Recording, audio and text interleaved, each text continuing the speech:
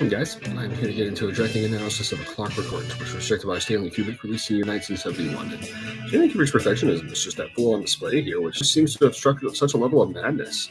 As a sharp contrast in 2001: A Space Odyssey, and he was also this time had dreamt up an intention of telling him Napoleon, which never happened. It was kind of turned out to be this very Linden project.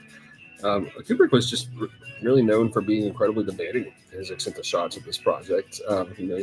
Also kind of forged this just characters who just they're very expressionistic, which just makes for a wonderful aesthetic display.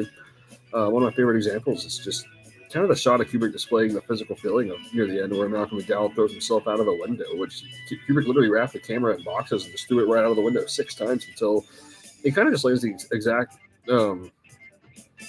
effect that was necessary for that shot.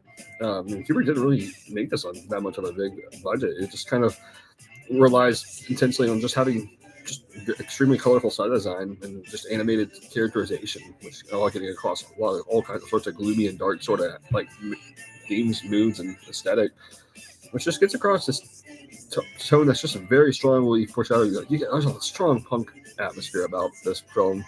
It goes about as forward thinking as Iggy Pop and the Stooges are getting across what the punk scene was all about, standing for, like kind of before it was really like, oh, it's just in its own kind of way. It's timeless. Kubrick would often display handheld camera movements, which generally just convey intense and disturbing imagery. And Kubrick also conveys it's just an attached atmosphere all throughout, which dominates with just such a seductive sort of energy. And this entire project flows as something of a dream. It's like a dreamy display of a nightmare as it unfolds.